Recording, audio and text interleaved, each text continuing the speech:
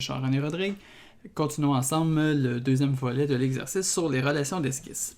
Donc, dans le deuxième fichier que j'ai déjà ouvert à l'écran, je vais aller dans l'esquisse 1, cliquer avec le bouton droit et aller éditer l'esquisse qui va me permettre de réaliser l'exercice.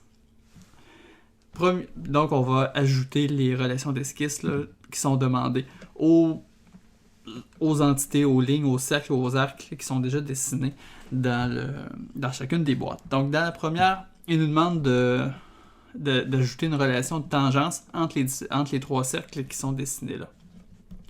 Donc, admettons que je veux imposer que le grand cercle et le petit cercle soient tangents ensemble. Donc, je les sélectionne les deux, toujours en maintenant la touche CTRL enfoncée. Et je vais venir choisir ici tangent. Donc, la relation tangent peut être appliquée aussi bien là, à deux cercles, à une ligne et un cercle, ou une ligne et un arc, ou un arc et un cercle. En tout cas, toutes les combinaisons sont possibles. Je vais le faire aussi entre le moyen cercle et le grand cercle. Donc, tangent. Donc, tout dépendant de quel côté quel côté sont placés les cercles là par rapport aux autres au début lorsqu'on lance l'ajout de la relation d'esquisse, bien, on va se ramasser avec soit des cercles qui sont un à l'extérieur, un à côté de l'autre, ou un à l'intérieur de l'autre.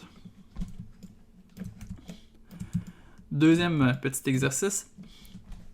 Je veux que cette ligne-là, qui est verticale, donc qui est imposée à la verticale, cette ligne-là qui est imposée à l'horizontale, je veux que l'extrémité de la ligne verticale soit placée sur le point milieu de la ligne horizontale. Donc, ce que je vais faire, je vais venir sélectionner l'extrémité de la ligne verticale, pas la ligne, mais vraiment son extrémité. Et la ligne horizontale, donc la ligne horizontale en entier.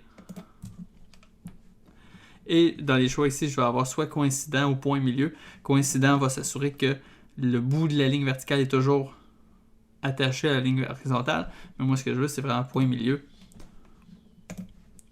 Donc, peu importe comment je change la longueur de la ligne horizontale, ou si je déplace la ligne verticale, l'extrémité de la ligne verticale va toujours être sur le point milieu de la ligne horizontale. Ensuite, intersection. J'aimerais que cette ligne-là, son extrémité, soit coïncidente avec l'intersection des deux lignes qui sont obliques. Donc, il n'y a rien qui lie ensemble les deux lignes obliques. Simplement, elles se croisent. Donc, ce que je veux, c'est dire que le point d'extrémité de la ligne là, qui est presque à l'horizontale, donc je sélectionne le point, uniquement le point. Ça, je vais sélectionner la ligne oblique et l'autre ligne oblique. Et je vais venir choisir intersection.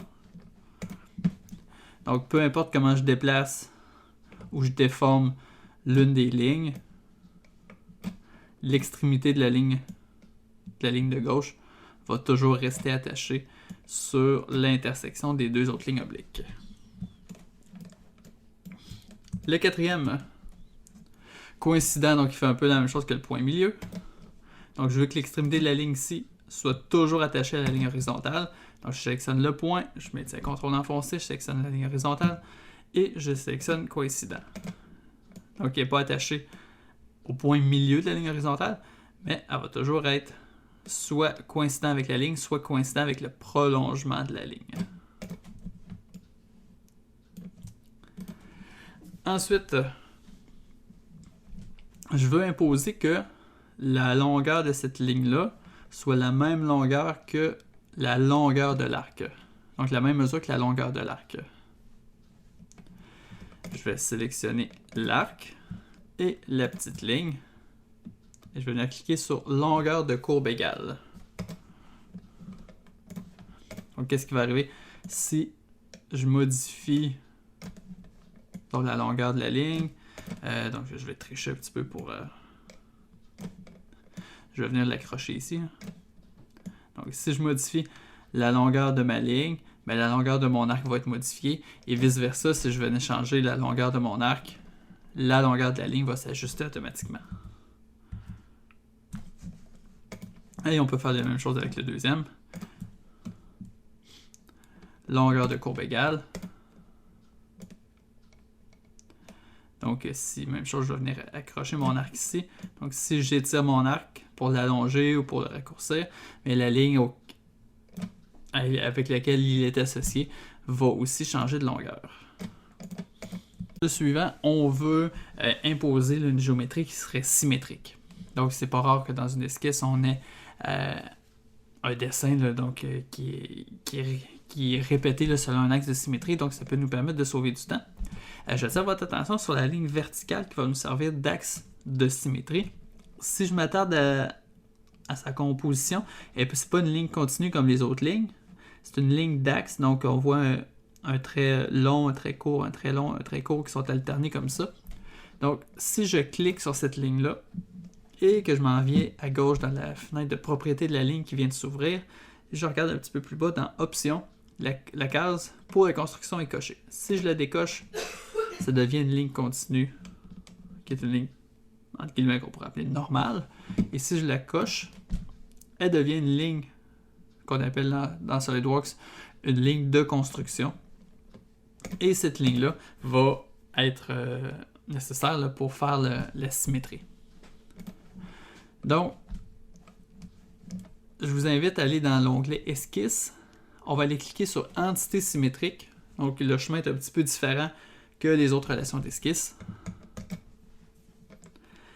Il y a une petite fenêtre qui s'ouvre à gauche. Entité symétrisée, ça va être mes deux arcs et mes deux lignes. Symétrie par rapport à, vous allez cliquer sur votre ligne de construction. Donc, on voit une prévisualisation de la moitié de droite du dessin. Ça nous convient.